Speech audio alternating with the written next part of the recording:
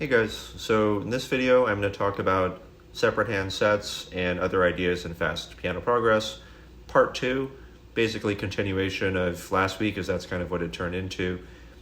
I think I'm going to focus a good amount on these separate hand ideas, might kind of overlap into some other concepts, and I'll try to go through them fairly quickly. So last time, of course, I was kind of at least explaining like the overall notation in terms of separate hand and both hand sets practice, and kind of use this as an example here.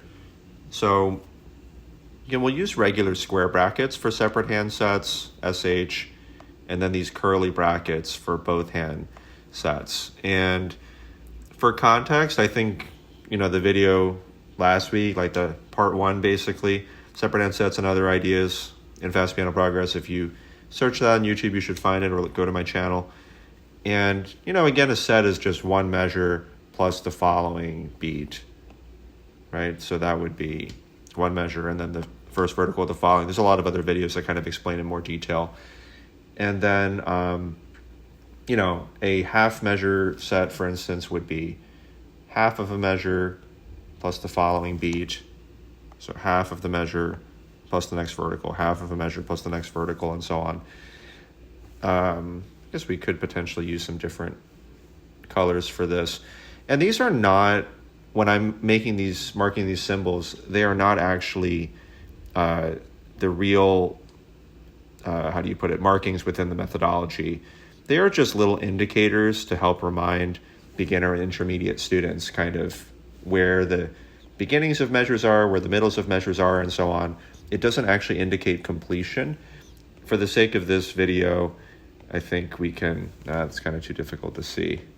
Maybe I'll just use a regular old blue. Let's see. Okay. So I'll mark these half measure set indicators here. So this is literally just the first beat and the third beat of each measure, like the beginning and then the midway point of each measure. And yeah, the perfect shapes here are still, I think, running into some issues. Don't know why. Maybe I'll have to change this pencil tip another time soon. Actually, let me see if I can fix that. I'm speaking here. But basically, much of the time you're going to want to start with separate hand sets first and then transition into both hand ones. So I'll show an example of how that could work here. So one of the most important principles here is that we want to transition from separate hand sets to both hand sets within like a 2-to-1 ratio. And this will make more sense when I do this example. So if you've seen my other videos on forgetting and re-remembering, how spaced repetition, as in you practice something, move on, you come back, and then you have to relearn it, move on, come back, you have to relearn it. Even this information that I'm presenting to you, if you've seen my other videos, you've already heard me say this before. So, the research shows that you're much more likely to remember this because of the effort of retrieval, that you're having to retrieve this information each time. You're probably starting to remember this fact that moving on, coming back multiple times is going to lead to better long-term memory. So, such is the case here as well when we're practicing music. As I've mentioned in some other videos, if you practice a section, move on, come back, have to relearn it all over again, move on, come back, relearn it again, it's going to lead to much better learning. The brain kind of does its work in the background when you're not practicing, and then you practice the effort of retrieval when you relearn the measures again. But we can actually take advantage of this and not only be forgetting and re-remembering, but be gradually expanding outward, which I've covered in another video at some point.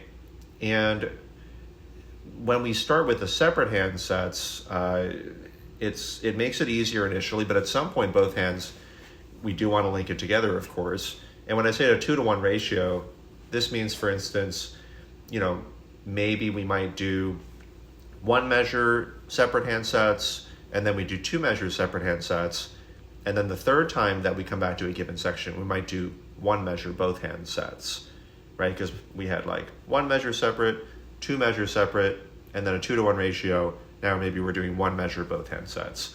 Or possibly we could do one measure, both hand sets, two measure, both hand sets, four measure, both hand sets, one measure, separate hand sets, two measure, separate hand sets, four measure, separate hand sets, and then two measure, both hand sets, right? We went from four measures separate to two measure both. Or it could be, let's say, half measure, separate hand sets, one measure, separate hand sets, and then half measure, both hand sets, and then one measure, both hand sets, etc. So, and I'll show you with a literal example in a moment. So, as mentioned earlier, all I'm doing is just, I almost ended the whole video there, Max. I'm actually just marking these little markings here. So, for some reason, there's a higher success rate when I'm not holding it like this, but that's okay. We'll just leave the stars as they are. Okay, so like here's like the one measure set indicators. Here's the half measure set indicators in terms of like from where to practice and so on. Let's see, kind of expand this outward. So usually what happens is if you hold this in one place, then it should turn into a perfect shape, but the Apple Pencil's being kind of glitchy today, unfortunately. So this is when I'm literally doing lessons a lot of the time. And then maybe we can use purple, highlight some of these two measure sets. So this would be like from here to here would be a two measure set, from here to here would be a two measure set. Okay. So as a little side note here, I also have some markings for myself. So in my own music, as this was originally a copy of my own music, I would actually mark like this vertical line after four measures. I mark vertical lines after every 4 measures or so, and then I mark diamonds after every 8 measures or 12 measures or so. And this will contain a vertical line each time, because all I'm doing for myself is showing like where the like kind of larger, medium large and larger sets are, so I can group them. I can see like, oh, where should I group the 2s? How do they then group into 4s? How do the 4s then group into 8s, and so on. But for students, I'll make these sorts of markings because I think it's a little bit more visually obvious. So, okay. So now in terms of the separate hands, it may be that we start with, let's say, half measure separate hand sets. So that would mean, again, right hand from here to here, right hand from here to here. I think I talked about this in a little bit more detail in the previous video. So then we can kind of mark these. So each one of these means right hand here to here, right hand here to here, right hand here to here, right hand here to over there, right? So right hand here to over there, that's designated by this symbol, for instance. And then we would just continue along these lines. I think this is what I had covered in the previous video. So you don't really worry about the left hand. You don't worry about both hands either. And you'll just kind of continue along these lines. Again, this symbol means I've practiced from here to there. Now let's just go through the first 8 measures or so. And I'll purposely be really messy for sake of time. And I'll choose a different color maybe. And then left hand, you can do the same thing, like from there to there, from there to there, there to there, etc. So then I can mark like a half here. Let's just say that each of these is a half, even if it's really messy, just for sake of time. So again, literally, if I'm in a lesson with the student, I might be kind of explaining and writing precisely like this. And again, the left hand, like if I write this half, it means that we're practicing from there to there. And then we write this simple if it's past, which means you just play correctly one time, preferably from memory, then do there to there, and I mark the half. So, here to here, I write that. Here to here, I write that. Here to here, I write that, because it's half a measure plus the following beat. And then we continue along these lines. Okay. So it could be that this is taken one day. It could be that it's taken several days, a week. Now, the next time that I go back, I'm actually going to try to increase to the next order of magnitude. One of the rules in the methodology is really if you see two sets next to each other of the same size, in this case we have two halves next to each other, we're going to try to increase to the next size. And this rule holds true pretty much no matter what. That might seem strange because a lot of the time students will come back to, let's say, these half measure sets, and they might think like, oh, I don't even know these. I'm merely going to review them. But believe it or not, it is virtually always advantageous to actually try to link the entire thing, like the one measure set from there to there. The reasoning why will go beyond the scope of this video. But in any case, now let's try to do right hand from there to there, right hand from there to there to there, etc. So essentially, we're going to be turning all of these halves into ones. So before we had done right hand from there to there, now we're going to construct these two, link them together. Let's see. I still have to select this. Okay. So I've linked together these two. I moved on, I came back. Now I link those two half measure sets into a one, which I've written over there. And then I do the same thing with the next part. I would link these two halves into a one. And I think for this example, let's erase these. So I've linked these two halves in the right hand into a one. Oops. These two halves that I just erased in the right hand, I've linked it into a one. And then let's say that maybe I could even go a little further. Let's say I marked like ones over here, for instance. Okay.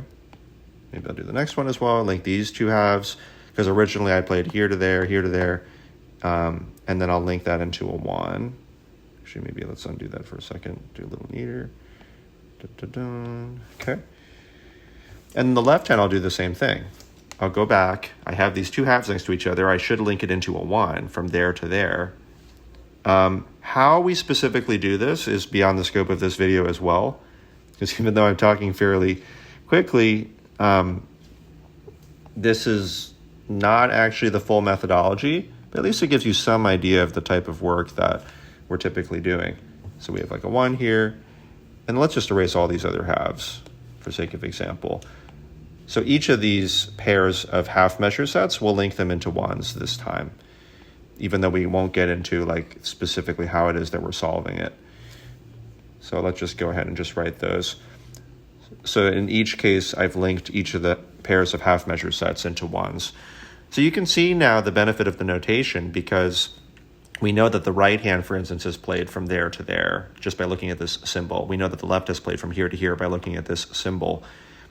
Starting in this area, we know that the right hand you've played from here to here, a one measure set, and we know that the left hand is only played from here to here, a half measure set, from here to here, a half measure set. So the notation allows us to keep track of all of our work so far, and indeed, like often these little differences will come up as we're in the middle of solving a given piece. And now we finally get into this transition, this 2-to-1 ratio that I talked about earlier between separate hand and both hand sets. So now that we've done these one measure separate hand sets, right? So we did right hand from here to here, we did left hand from here to here. Now is the point that we can use this ratio, which just means like it'd be hard to just do both hands from here to here. So instead of doing a one measure both hand set, even though we've already done right hand from there to there, left hand from there to there, we're actually going to do half measure both hand set, because we can do the one measure set separate hands, but to account for the difficulty of both, we're only going to go from here to here. So we're turning these one measure separate hand sets into half measure both hand sets.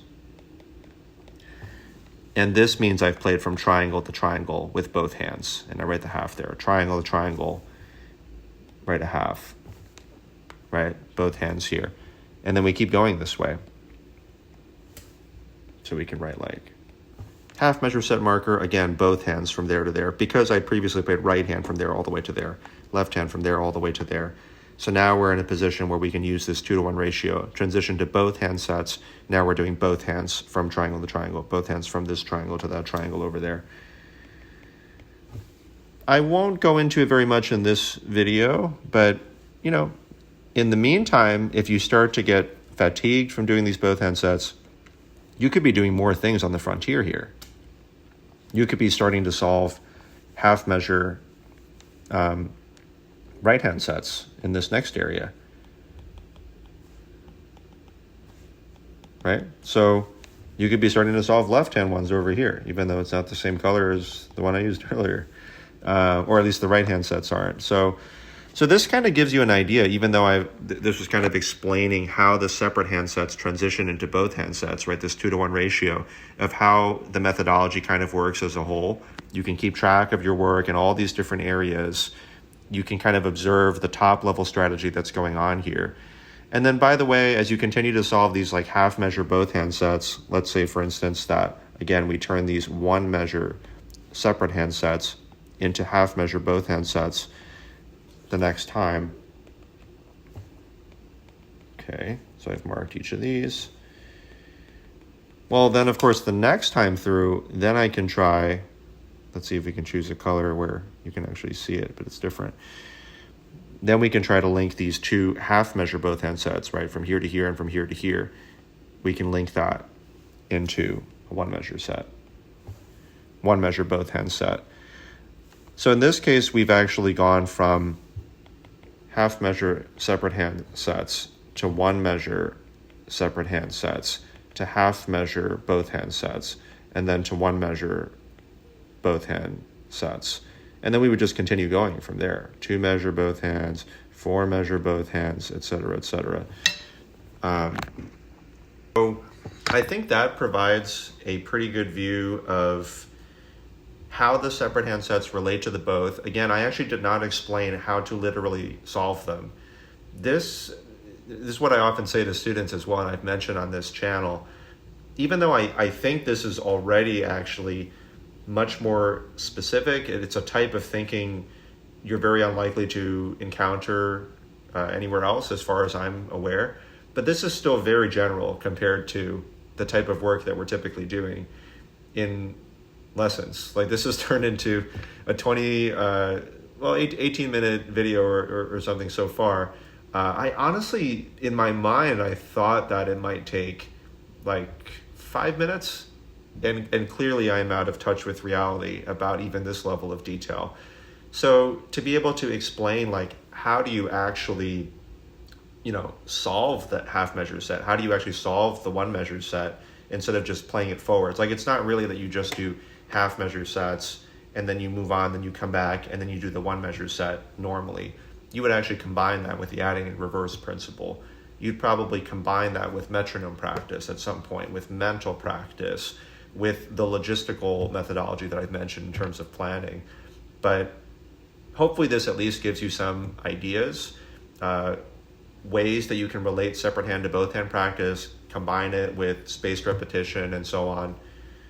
I think it gives you an idea of why the markings in the logical methodology are so useful. But yeah, any one of these points that I've kind of mentioned, but kind of went by pretty quickly within this video, I'll probably, make other videos in the future that go in no particular order. So yeah, if you found this valuable, please like, subscribe, let others know about the channel, and don't know what the video will be next week. Many times I'm not deciding the topic until literally right before I record it, but looking forward to seeing you guys then.